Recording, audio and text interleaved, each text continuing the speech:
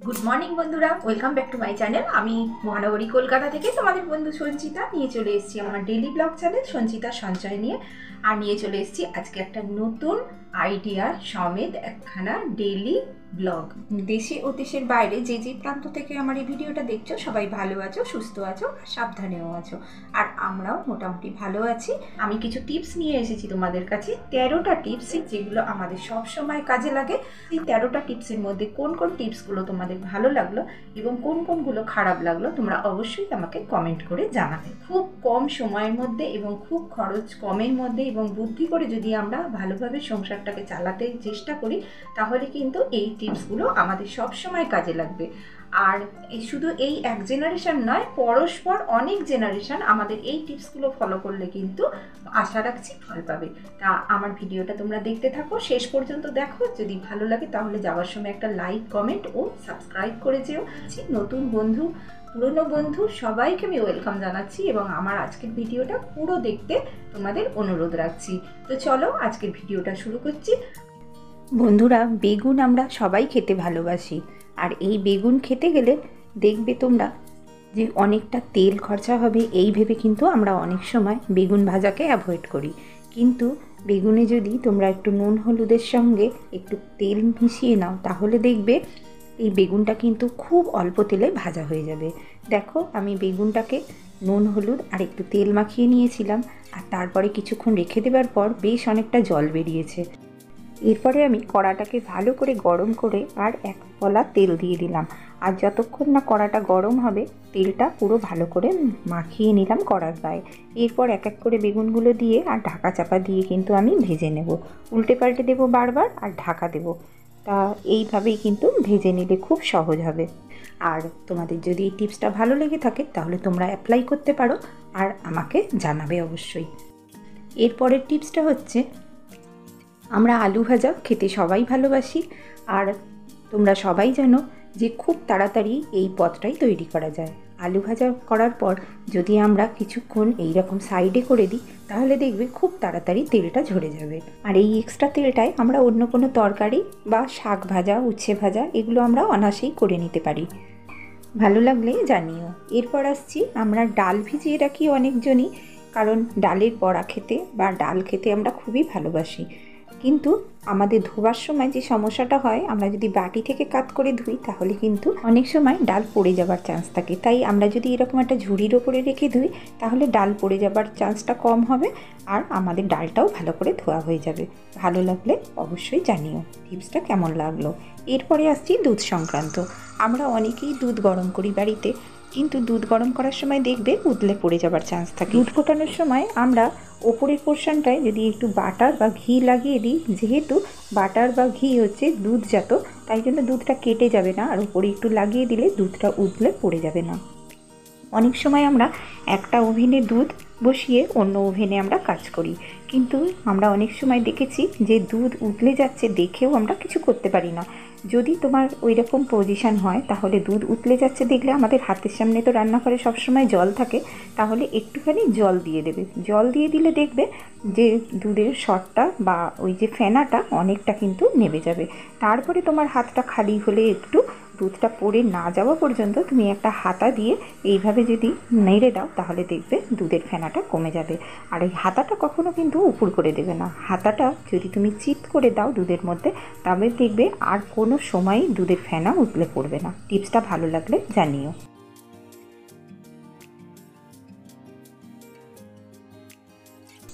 এরপরে আসছি পনির সংক্রান্ত একটা টিপস।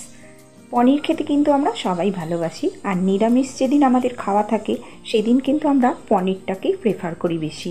আর এই পনির খুব তাড়াতাড়ি আমরা রান্না করে নিতে পারি। আর পনিরের যেহেতু নিজস্ব কোনো টেস্ট নেই, এটাকে টেস্ট আনার জন্য আমরা যদি এরকম পনিরটাকে বড় বড় করে কেটে নিই এবং কেটে নিয়ে ভালো করে ছাঁকা তেলে ভেজে আর তারপরে আমি একটা বাটিতে দেখো নুন আর একটু চিনি দিয়ে জলটাকে ফোটাবো।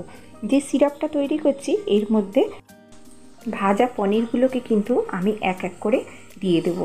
আর এই তেলের মধ্যে কিন্তু সাদা তেলে আমি পনিরগুলোকে ভালো করে ভেজে নিচ্ছি, উল্টে পাল্টে লাল করে ভেজে নিয়ে আমি এটাকে একটা একটা করে তুলে নেব।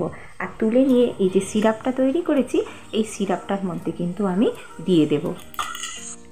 এর মধ্যে দিয়ে আমি কিন্তু একটু নাড়াচাড়া করে নেব, কারণ এর মধ্যে যেহেতু নুন আর চিনিটা আছে তাই জন্য এর কিন্তু টেস্টটা চলে যাবে পনিরের ভিতরে। আর এবার 10 থেকে 15 মিনিট ঢাকা দিয়ে রাখার পর এবার এক এক করে কিন্তু আমি এগুলোকে সব তুলে নেব।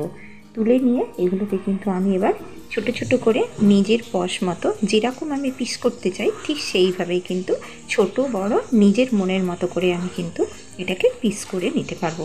তা এই টিপসটা তোমাদের কেমন লাগলো আমাকে অবশ্যই জানিও।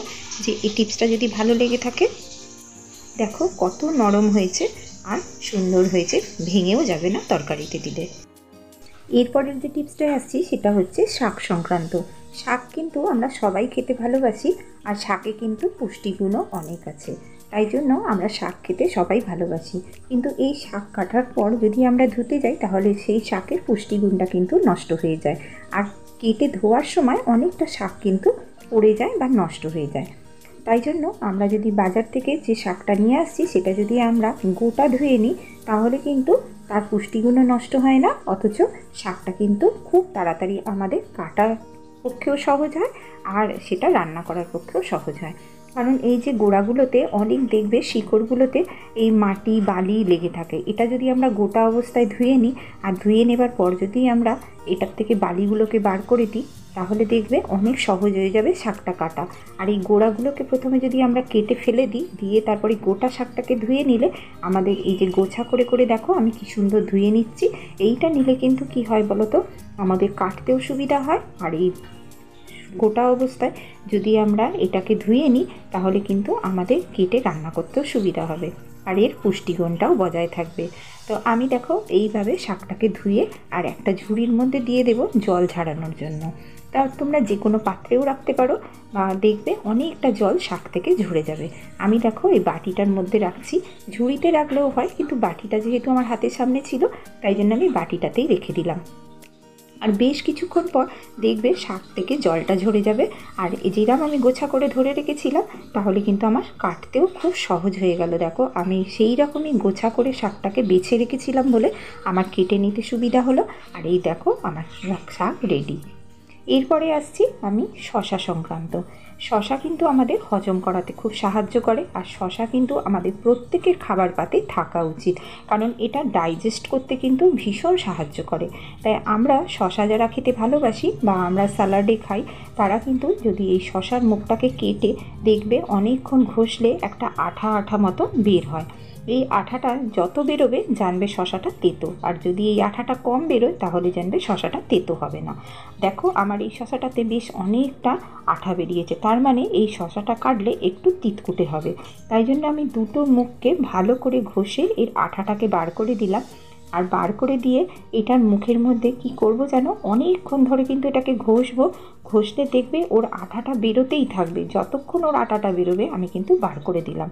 এরপরে ওই যে ছুরিটা ছিল সেটা দিয়ে কিন্তু আমি দেখো মুখটাকে এইরকম করে ফুটো ফুটো করে দিচ্ছি। একটু যদি আমরা এই ফুটো ফুটোগুলো করে দিই তাহলে দেখবে এর ভিতর থেকে যে তেতো ভাবটা বা আঠালো জিনিসটা আছে সেটা কিন্তু জলে বের হয়ে যাবে। এবার আমি এটাকে জলে দিয়ে দেব। এইভাবে আমি দুটোকেই করে নেব, দুটো শশাকেই। আমার দেখো প্রথম শশাটাই কিন্তু প্রচুর আঠা বেরিয়েছে, কিন্তু দেখো দ্বিতীয় শশাটাই কিন্তু অত আঠা বেরোচ্ছে না, তার মানে এই শশাটা কিন্তু তেতো হবে না, খুব অল্প আঠা বেরিয়েছে। তাই জন্য আমি এটাকে অল্প একটুখানি ঘষেই আর মুখটাকে কেটে দিলাম। এটাকেও ওইভাবেই আমি ভালো করে মুখটাকে ঘষে আর এটা কেটে বাদ দিয়ে দেব। আর দিয়ে কিন্তু আমি জলে ডুবিয়ে রাখবো 15 থেকে 20 মিনিট। 15-20 মিনিট পরে দেখবে যে জলটা আমি রাখবো সেই জলটা কিন্তু ঘোলা ঘোলা মতো হয়ে যাবে, অর্থাৎ ভেতরের যে এক্সট্রা আঠাগুলো ছিল সেগুলো কিন্তু বেরিয়ে যাচ্ছে। তা আমি এইভাবে শশাটাকে রেখে দিচ্ছি। এই টিপসটা যদি তোমাদের ভালো লেগে থাকে তাহলে অবশ্যই আমাকে জানিও, আর এটা কিন্তু খুবই উপকারী আমাদের জন্য। তাই দেখো আমি জলে রেখে দিচ্ছি, 15-20 মিনিট পর আমি কাটতে এসেছি। জলটা দেখো কতটা ঘোলা হয়ে গেছে, আর আমি এই শশাটাকে কেটে এবার কিন্তু খাবার উপযুক্ত হয়ে গেছে, তাই জন্য আমি খাবার জন্য এবার শশাটাকে কিন্তু আমি রেডি করে ফেলবো। তা আমার এই আজকের টিপসটা তোমাদের যদি ভালো লেগে থাকে তাহলে অবশ্যই আমাকে কমেন্ট করে জানিও। এরপরের টিপসটা মাছ ভাজা সংক্রান্ত। আমরা মাছের সঙ্গে নুন হলুদ মাখাই, এর সঙ্গে যদি একটুখানি তেল মাখিয়ে নিই তাহলে অনেকেরই সমস্যা হয় যে মাছ ভাজতে গেলে ভীষণ তেল ছিটকে পড়ে। তাই জন্য আমরা হলুদ নুনের সঙ্গে একটুখানি তেল মিশিয়ে নিলাম। মাছটার গায়ে যদি ভালো করে একটু তেল মিশিয়ে নেওয়া যায় আর কড়াটা ভালো করে গরম করে তেল দিয়ে তারপরে যদি আমরা মাছটা ছাড়ি, দেখবে কোনোভাবেই মাছের তেল ছিটকে আর গায়ের দিকে আসবে না। আর আমরা দেখেছি অনেক সময় যে কড়াতে মাছ ছাড়লে মাছের গায়ের সঙ্গে একটা মাছের সঙ্গে আর একটা মাছ লেগে যায়, কিন্তু দেখো আমি তেল দিয়ে ভাজছি বলে তাই জন্য কত তাড়াতাড়ি ভাজা হয়ে গেল। টিপসটা ভালো লাগলে অবশ্যই জানিও। এরপরে আসছি আমি, এখন এঁচোড়ের টাইম হয়ে গেছে। আর আমাদের কিন্তু এঁচোড় খেতে আমরা সবাই ভালোবাসি। সে নানান রকমভাবে আমরা এঁচোড়কে রান্না করতে পারি, নিরামিষ, আমিষ, মাছ দিয়ে নানানভাবে। কিন্তু এই এঁচোড় যখন আমরা সিদ্ধ করি, একটু না সিদ্ধ করে নিলে কিন্তু হয় না। এই এঁচোড় আর আলু একসঙ্গে যদি আমরা প্রেশার কুকারে দিই, একটু তেল দিয়ে দেবো। তেল দিলে কি হবে, প্রেশার কুকারের যে ভিতরটাই দেখবে অনেক সময় এঁচোড় সেদ্ধ করলে একটা আঠা লেগে যায়। যদি আমরা নুন, হলুদ আর একটু সর্ষের তেল দিয়ে যদি আমরা এইটাকে সিদ্ধ করি, তাহলে দেখবে যে প্রেশার কুকারের ভিতরটাই কিন্তু একদম আঠা লাগবে না। বা আমরা যদি প্রেশার কুকারে আগে একটু ভেতর দিকটা তেল লাগিয়ে নিই এবং নিয়ে তারপর যদি এইটা দিয়ে সিদ্ধ করি, তাহলেও দেখবে এর গায়ে কিন্তু লাগে না। এরপরের টিপসটা আমার সজনা ডাঁটা সম্পর্কে। সজনা ডাঁটা আমরা একসঙ্গে অনেকটাই কিনি, আর এখন কিন্তু যেহেতু গরম পড়ে গেছে, সজনা ডাঁটা কিন্তু আমাদের শরীরের পক্ষে ভীষণ উপকারী। আর এই গরমে যদি আমরা সজনা ডাঁটা বেশি করে খাই বা সজনা ফুল আমরা বেশি করে খাই, তাহলে কিন্তু আমাদের রোগ প্রতিরোধ করতে অনেকটা সাহায্য করবে। যেহেতু গরমের সময় নানা রকম অসুখগুলো দেখা যায়, যে সমস্ত এই ঠান্ডা গরমে, সেগুলো কিন্তু আমাদের হবে না। তা এই ডাঁটা আমাদের অনেকগুলো নিয়ে এসেছিলো। আর দেখো আমি একটা বড় পেপারে করে ভালো করে মুড়ে নিচ্ছি, কারণ ডাঁটা তাজা ডাঁটা নিয়ে এলেও দেখবে ফ্রিজে রাখলে শুকনো হয়ে যায়। তা আমি এইটা একটা বড় পেপারের মধ্যে মুড়ে নেব। আর আমাদের বাড়িতে দেখবে অনেক সময় মুড়ি, তারপরে আটা, ময়দা এগুলো কেনার সময় বড় বড় প্যাকেটগুলো আমাদের এসে যায় তার সঙ্গে। তা এই যে আমি দুটো মুড়ির প্যাকেট নিয়ে নিয়েছি। আর প্যাকেট দুটো নিয়ে, যেহেতু ডাঁটাটা অনেকটা লম্বা, সেহেতু আমি দুখানা প্যাকেট, একটা ওপর দিকে আর একটা নিচের দিকে, দুটো দিয়ে দেব।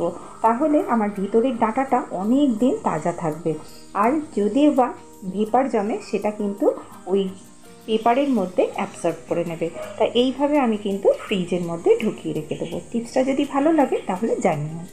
এরপরে আসছি উচ্ছে সংক্রান্ত। আমরা উচ্ছে কিন্তু খেতে খুবই ভালোবাসি। আর যারা ডায়াবেটিক পেশেন্ট, তাদের জন্য তো উচ্ছে প্রতিদিনই খাওয়া ভালো। উচ্ছে যতটাই ভালো, উচ্ছের দানা কিন্তু ততটাই আমাদের শরীরের পক্ষে ক্ষতিকর। তাই আমরা উচ্ছেগুলোকে কেটে আমরা যদি দানাগুলোকে বার করে নিই, তাহলে কিন্তু আমাদের খেতেও অসুবিধা হবে না, আর এই উচ্ছের দানাটা আমাদের শরীরে গিয়ে আমাদের ক্ষতিও করবে না। তাই যারা তোমরা চপার বোর্ডে কাটবে বা ছুরিতে কাটবে, তারা এরকম গোল গোল করে কেটে নিয়ে দেখো কত সহজে আমি দানাগুলোকে বার করে নিচ্ছি। আর এই দানাগুলোকে দেখবে বার করে নিলে তোমার তেলও টানবে না, তেলও অনেক কম লাগবে এই উচ্ছেগুলো ভাজতে, কারণ এই দানাগুলোতেও কিন্তু অনেক তেল টেনে নেয়। তাই জন্য দানাগুলোকে যদি বার করে নাও সহজে, তাহলে দেখবে যে খুব ভালো করে এটাকে কিন্তু ভাজা যাবে। আর যারা উচ্ছেটাকে তোমরা বঁটি দিয়ে কাটবে, তারা কিন্তু একটু পাতলা পাতলা করে কাটবে। দেখো এইবারের উচ্ছেটা কিন্তু আমি পাতলা পাতলা করে বঁটিতে কেটেছি। আর কত সহজে দেখো পাতলা করে কাটলে আরও তাড়াতাড়ি এর দানাগুলোকে ছাড়িয়ে নেওয়া যায়। আমি দুরকমভাবেই তোমাদের দেখালাম, তোমরা যে যেটা পছন্দ করবে সেটা তোমরা করতে পারো। আর এই উচ্ছে ভাজা কিন্তু খেতে খুবই ভালো লাগে। যদি এই রকম গোল গোল করে উচ্ছে কাটো আর তার সঙ্গে যদি গোল গোল করে পেঁয়াজ কেটে ভাজা হয়, তাহলে কিন্তু আরও খেতে সুন্দর লাগে। আর দেখো আমি কত সহজে তাড়াতাড়ি করে উচ্ছের দানাগুলোকে বার করে নিচ্ছি। তা আজকের আমার এই টিপসটা যদি তোমাদের ভালো লেগে থাকে, তাহলে অবশ্যই আমাকে কমেন্ট করে জানিও। আসছি পরের টিপসে। কপি খেতে কিন্তু আমরা সবাই ভালোবাসি। আর এই কপিতে একটা বিচ্ছিরি গন্ধ থাকে, যেটা আমরা অনেকেই পছন্দ করি না। তাই জন্য কপিটাকে ভালো করে কেটে, আর যদি আমরা একটু নুন আর হলুদ দিয়ে এতক্ষণ বেশ কিছুক্ষণ ভিজিয়ে রেখে দিই, তাহলে দেখবে এই কপির গন্ধটা চলে যায়। যদি এর ভেতরে পোকা থাকে সেটাও বেরিয়ে যাবে। আর নানা রকম যেহেতু সার দেওয়া থাকে, সেই সারের গুণটাও কিন্তু অনেকটা কেটে যাবে এই হলুদ আর নুনে। আর কপি যদি আমরা সরাসরি রান্না করি, তাহলে কিন্তু একটা বিচ্ছিরি গন্ধ থেকে যায়। তাই জন্য বেশ কিছুক্ষণ কিছুক্ষণ ভিজিয়ে রাখার পর আমরা একটা ঝুড়িতে এইরকম করে জলটাকে ঝাড়িয়ে নেব। আর যদি আমরা কপিটাকে ভালো করে মচমচে করে তেলে ভালো করে ভেজে নিই, ছাকা তেলে নিয়ে যদি আমরা তরকারিটা করি, দেখবে সেই ফুলকপিটারও কিন্তু টেস্ট অনেকটা বেড়ে যায়। তা আজকের আমার টিপসগুলো তোমাদের কেমন লাগলো অবশ্যই জানিও। আর আলুর ক্ষেত্রেও কিন্তু আমরা যখন তরকারি রান্না করি তখন আলুতে যদি আমরা এই একটু হলুদ আর নুন যদি মাখিয়ে বেশ কিছুক্ষণ রেখে দিই, তারপরে যদি আমরা ছাকা তেলে এটাকে ভেজে তুলে নিই, দেখবে তরকারির টেস্ট কিন্তু অনেকটা বেশি হয় আর খেতেও কিন্তু খুব ভালো লাগে। তো বন্ধুরা, ভিডিওটা আজ এই পর্যন্তই রাখছি। দেখা হচ্ছে আরও একটা নতুন ভিডিও। ততক্ষণ সবাই ভালো থেকো, সুস্থ থেকো, সাবধানে থেকো। আসছি আর একটা নতুন ভিডিও নিয়ে। ততক্ষণ টাটা।